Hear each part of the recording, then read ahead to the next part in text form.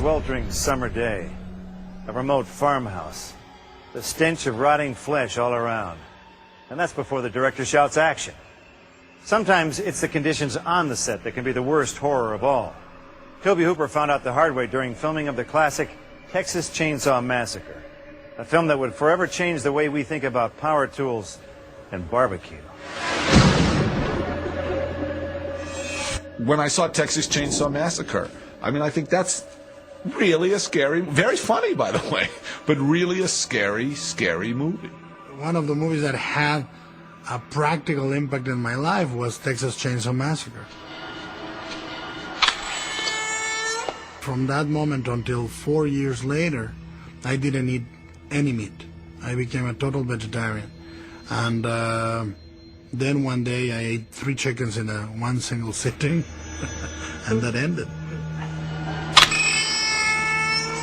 The horror genre had gotten kind of boring. And also I loved the genre, and I wanted to see something that gave me my tickets money's worth. And I figured I was, paying, I don't know what, $2 a ticket, $1.50 a ticket, whatever. And I was getting about 10 cents worth of scare. A friend of mine suggested that I go to the student union and see this black and white movie that was getting quite a lot of response, and it was Night of the Living Dead.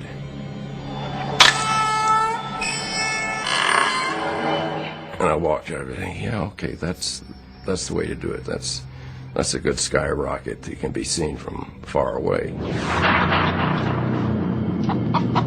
So I was Christmas shopping, and I was in the hardware department. It was something like a Sears store, and God, I hate crowds. I hate them closing in on you, and so they were closing in, and I was kind of like freaking, just wanted to get out of there, get out of the crowd.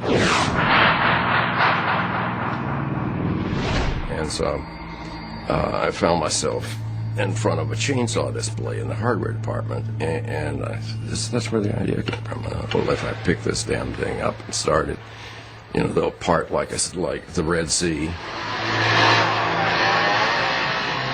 and I can get out of here. Well, I didn't do that, of course, but when I got home, by the time I got home, and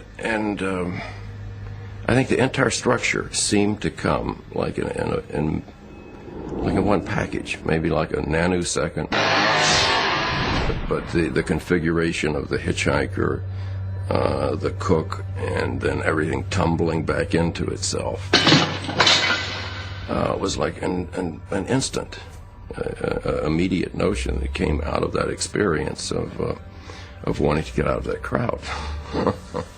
Leatherface came from the family doctor, who told me when I was 10 or 11 years old that he, when he was in pre-med school, he skinned a cadaver's face and dried it out and wore it for a masked Halloween party. So, okay, that's cool. We got the skeleton from India through a pharmaceutical company, and the real skeletons are less expensive than the plastic one. But I'm just wondering, where do they get these skeletons? Where do they have skeleton farms? How do they get perfect and they're cheaper than plastic ones?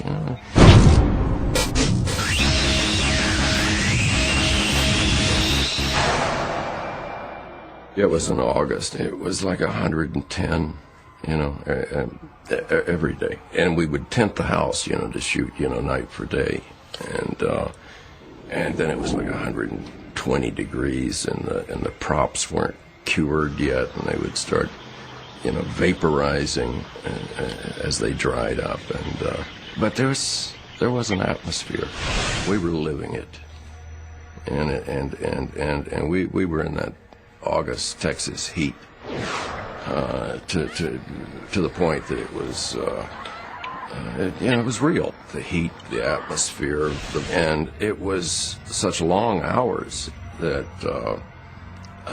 one definitely blurred into the other. We shot for 4 solid weeks, 7 days a week, 12 to 16 hours a day.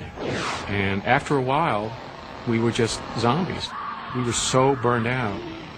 I think it shows in the film.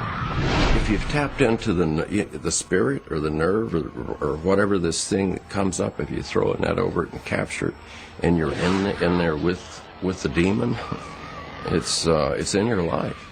And you take it home with you, and you bring it back to the set. It crossed over from acting into that. And at the dinner sequence, when I'm poking her and hitting her, it was real. Yeah, it wasn't that I didn't like Marilyn. It was just like, it'd been up for a long time. And you get a little crazy because you're being asked over and over and over to do crazy things. And I just had to make sure, everything's safe. I mean, everybody is,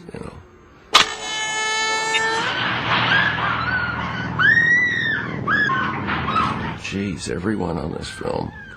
Daniel Pearl operating the camera almost got an eye knocked out with a dolly shot traveling so fast in the woods that the camera hit a tree and jammed. Everybody got injured. That just kept reminding you. We're talking about flesh and blood and life. I could barely see out of the mask. I could see only directly in front of me. I had no peripheral vision at all. So that made the chase sequences very difficult. Gunner's mask had ridden up on him, and he was with a chainsaw. And and of course now we're doing a long shot, so the cast and the crew are all 50 yards away. And the perspective, you could see it plain as day, where he's getting closer and closer and closer, and he doesn't realize it. He's about to cut her in half in real time. And everybody's going, ah, ah, ah. And Gunner's meanwhile thinking, I'm really doing a good job, boy. They're yelling for me and egging me on. He's just about to kill this woman, and Toby's going, well, let him get a little bit closer. My favorite scene to shoot was actually the dance at the end. I just started swinging the saw and kind of stamping around. And then I noticed, and they cleared everybody away, and I could barely see out of the mask. And I noticed that there was the cameraman standing there with the camera on me, and Toby was standing behind him. And then they would move around me as I moved. And at one point I had sort of swung the saw, and I realized that Toby had ducked. So the reason it was such a pleasure to do that scene is I started swinging the saw at Toby. I was imagining that I was going to kill Toby with the saw. So it was with great pleasure. That's when I started really dancing around and spinning and swinging that saw, was that I wanted to scare them with what I was doing. I wasn't angry at Toby. I thought he was great. I think it was just the frustration and the sort of just the desire to do something back, after suffering for 4 weeks of shooting. But Chainsaw has this reputation for being so visceral and bloody and gory, and it isn't. And I mean, the blood's there; it's dried on the walls, and the girl on the meat hook. When I pan down her body to show the wash tub underneath, it is obviously to catch, a lot of fluid. There's nothing dripping from her. It's just you put it together in your mind because it makes sense. Chainsaw 1 was a play about morality in a strange way, and family values. And it was all bubbling up out of the Times and out of Watergate. And once again, I underline, we found out as a naive students such that hey, they don't always tell you the truth. So it's about a film about a bad day. For everyone, actually a bad day for Leatherface and everyone.